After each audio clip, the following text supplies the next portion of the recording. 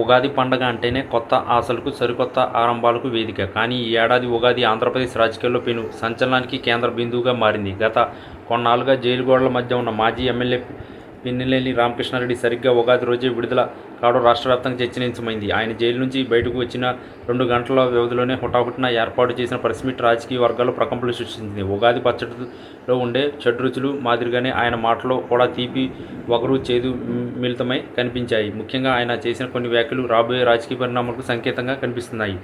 నేను ఎవరికీ భయపడే ప్రసక్తే లేదని, నా గొంతు నొక్కేందుకు ప్రయత్నించిన వారు త్వరలోనే తగిన మూల్యం చెల్లించుకోక తప్పదని ఆయన హెచ్చరించారు. జైలు జీవితం తనను మరింత రాడుదేల్చిందని, తన రాజకీయ ప్రస్థానం ఎక్కడితో ఆగిపోదని ఆయన స్పష్టం చేశారు. తన నియోజకవర్గ ప్రజల కోసం ఏ స్థాయి పోరాటానికైనా సిద్ధమని ఉద్రేకంగా మాట్లాడారు.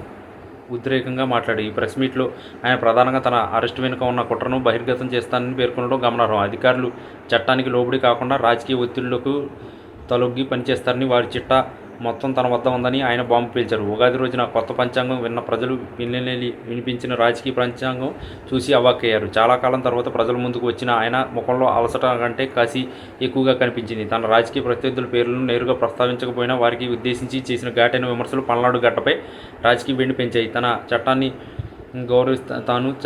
గౌరవిస్తాను, కానీ తనపై అక్రమ కేసులు బనాయించిన వారిని వదిలిపెట్టే ప్రసక్తే లేదని ఆయన కుండబద్దలు కొట్టారు. విడుదలైన 2 గంటల్లోనే ఎంతటి